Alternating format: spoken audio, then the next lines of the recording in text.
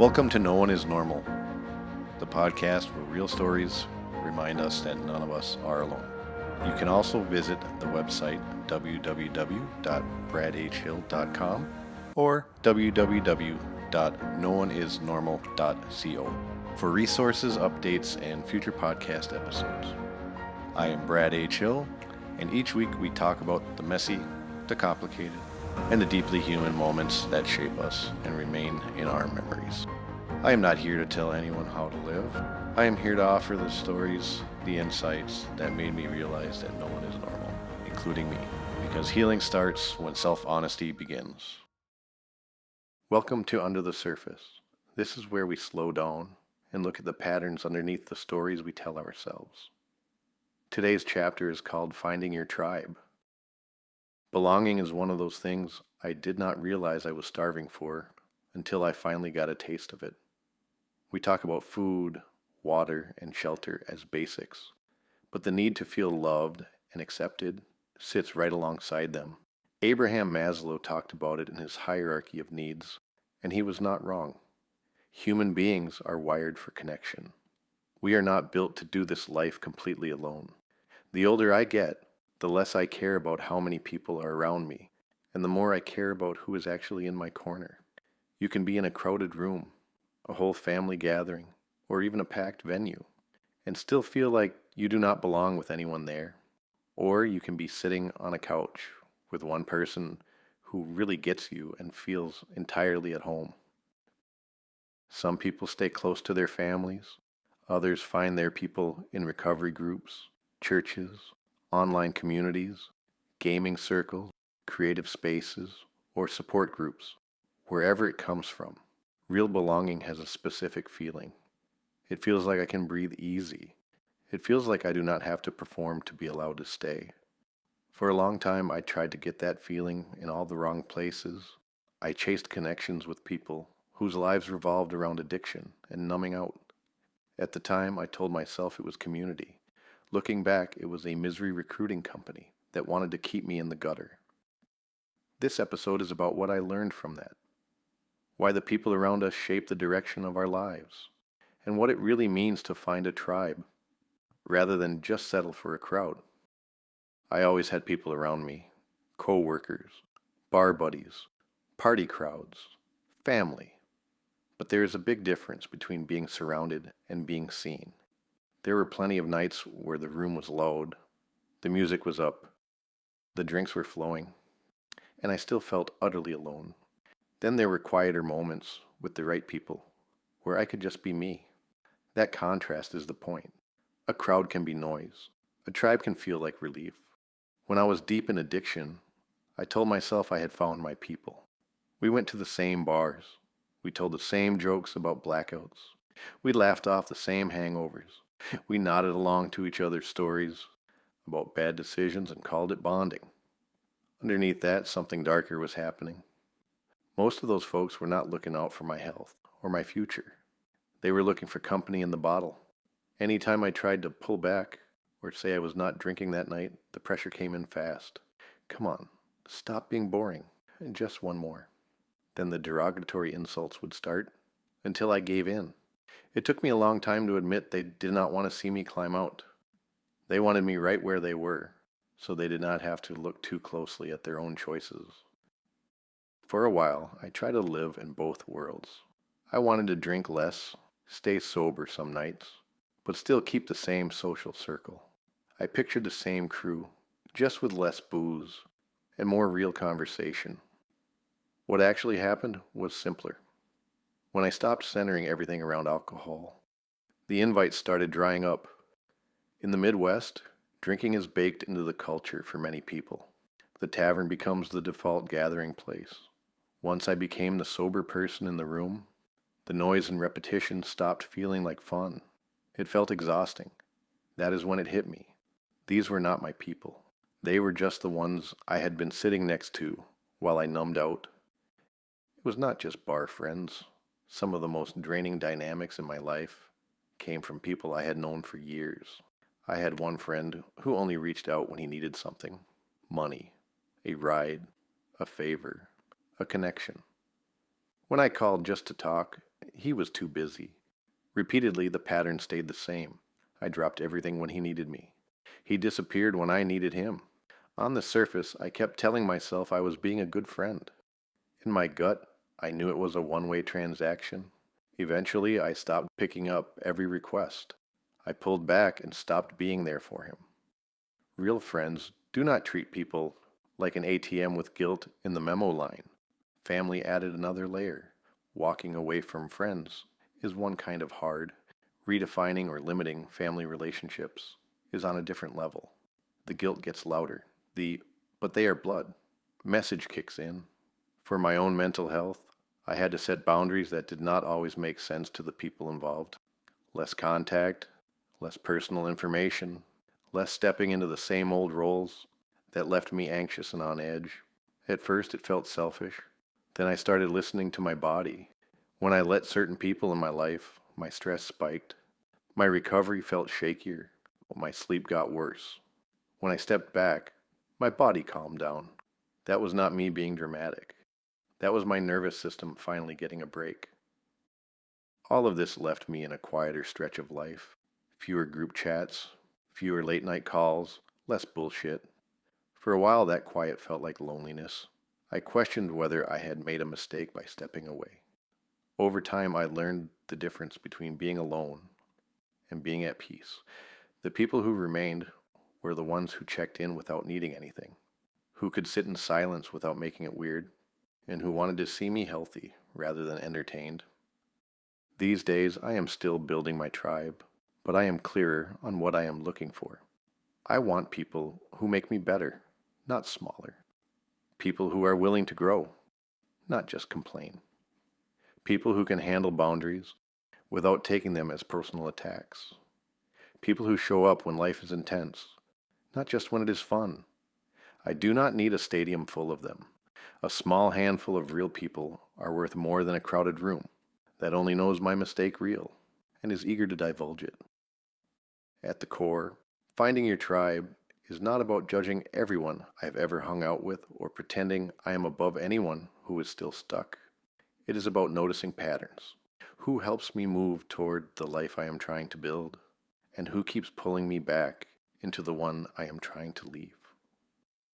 In the rest of this episode, I want to dig into what psychology and behavioral science say about belonging and community, and then come back to how to start choosing relationships that feel like home rather than cages.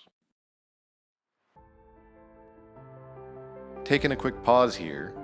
If this episode is resonating, I would love for you to follow the No One Is Normal podcast on whatever platform you listen on. Every follow helps this show reach people who might need these stories. Now let's jump back in. If I strip away the job titles, the social media, and the daily routines, I see the same wiring in all of us. We want to feel seen, safe, and valued. Psychologists have shown again that loneliness is not just an emotional ache. It affects physical health, stress levels, and even life expectancy. The people around me shape my habits, my standards, and my expectations. If I look at my closest circle, I usually see a mirror of my own behavior in some form. That is not about judgment, it is about awareness. There is a concept in social science that says we become like the people we spend the most time with. If a circle normalizes heavy drinking every weekend, constant complaining, or staying stuck in the same problems without ever taking action, it becomes easier to treat that as the status quo. On the other hand, if a circle talks about therapy, growth, health, creativity, or recovery, that starts to feel like the default. The habits that once felt impossible become attainable because they are being lived out right in front of us. That is part of why support groups and recovery communities can be so powerful. They are not just rooms where people trade stories. They are spaces where a new normal forms. This is not only about addiction. Think about work. If someone is surrounded by coworkers who hate their job, do the bare minimum, and roll their eyes at anyone who tries, That person will either shrink to fit or burn out trying to carry the team. In environments where people are building, learning, and pushing themselves, growth becomes more likely. The same applies to creativity, parenting, physical health, or mental health. A tribe does not have to look the same across the board, but it will shape what feels normal. Modern life adds another layer. A lot of people now find their tribe online. Gaming communities, fandoms, Discord servers, social media groups, and online recovery meetings can all become lifelines. For some, those spaces are the first places they have ever felt understood. That is real. The downside is that online spaces can also magnify toxicity, comparison, and drama. It still comes back to the same question. Do I feel better or worse after spending time there? Do I feel more grounded or more drained? Finding a tribe does not mean cutting off everyone who struggles. Everyone hits challenging stretches in life. It means paying attention to patterns and behaviors. Is one person always giving while never being supported? Is someone shrinking their voice to keep the peace? Healthy tribes challenge people, but they do not punish people for growing. They can hold accountability without shame. They can celebrate wins without turning them into a competition. If someone has not found that yet, it does not mean that person is broken or unlovable. It might mean that the person is in a rebuild phase. The temptation is to run back to what is familiar, even if it hurts. There is another option. That stretch can be used to get clear on what actually feels healthy, steady, and real. That clarity becomes a filter, making the right people easier to recognize when they show up. For a long time, I believed that needing people made me weak. I wore independence like armor and told myself I was fine if I could handle everything on my own.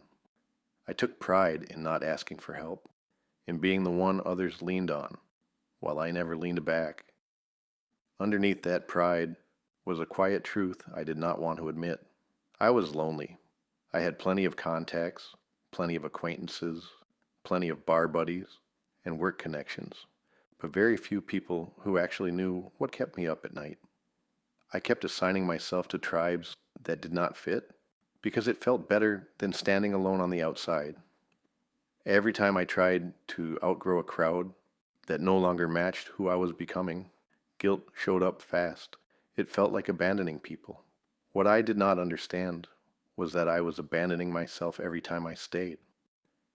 There is a specific kind of pain that comes with walking away from people I care about, because I finally see that staying will cost my sanity. I have felt that. I have sat in a quiet room after everyone has exited and wondered if I made a mistake. Over time, I noticed something. Even when it hurt, my body felt calmer away from certain people. My mind was clearer. My sleep was better. My nervous system stopped bracing for impact all the time. I started to accept that my tribe might be smaller than I thought, and that was okay. I am still learning to trust that the right people will find me as I become more honest about who I am. Finding my tribe has been less about searching for them and more about becoming someone I am no longer willing to abandon. If you are listening to this and thinking about the people in your life, sit with a couple of questions. When you walk away from a hangout, a phone call, a meeting, or a group chat, do you feel lighter or heavier? Do you feel more like yourself or less? The body often tells the truth before the brain is ready to admit it. Pay attention to how you breathe around certain people. Pay attention to whether you are constantly editing yourself, shrinking your opinions, or playing the role that keeps everyone else comfortable. That is not belonging. That is settling. Think about the times you have tried to grow or change. Maybe you decided to drink less or get sober. Perhaps you started therapy. Maybe you went back to school, started a new hobby, or set a boundary. Who supported that? And who made comments that tried to pull you back into old patterns? The people who cheer for your healing are part of your tribe. The people who only cheer where you stay stuck should become part of your history. It is okay to acknowledge the difference. You might be in a stretch where you feel in between. The old crowd no longer fits, but the new people have not fully shown up yet. That gap can feel deeply uncomfortable. It is tempting to go back to what you know, even when you know it hurts you. I want to remind you that you are allowed to outgrow people. You are allowed to have different needs than you used to.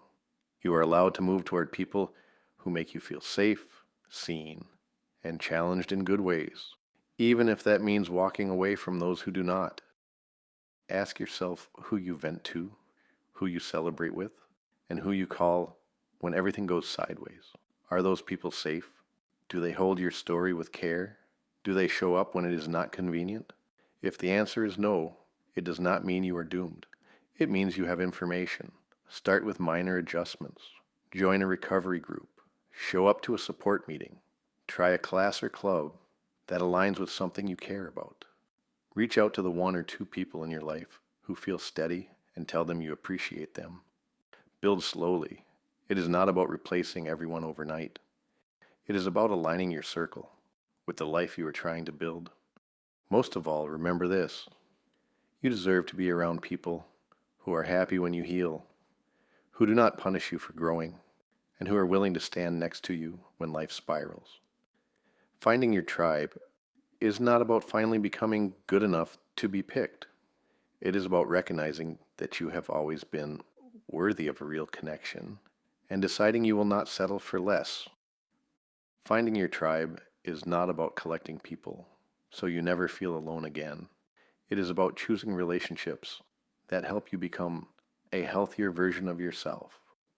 There will always be groups ready to hand you a role that keeps you small, quiet, useful, or numb. The real courage is stepping back and asking whether that role matches who you want to be.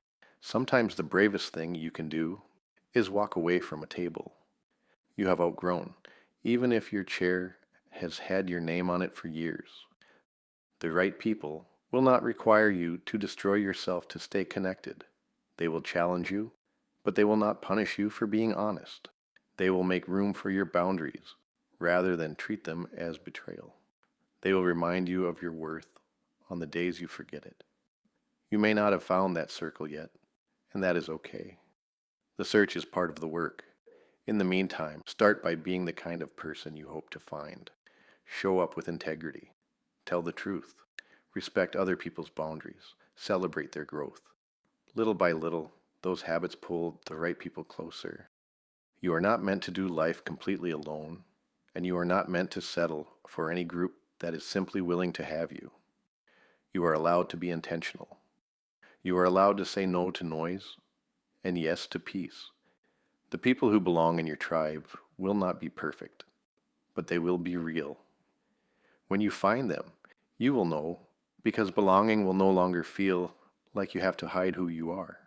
It will feel like you are finally at home. That's under the surface, not to judge the story, not to rewrite the past, but to understand the patterns that shape how we live. Just a reminder, the stories and conversations in this podcast are for informational and personal reflection only. Nothing shared here should be taken as medical, legal, or professional advice.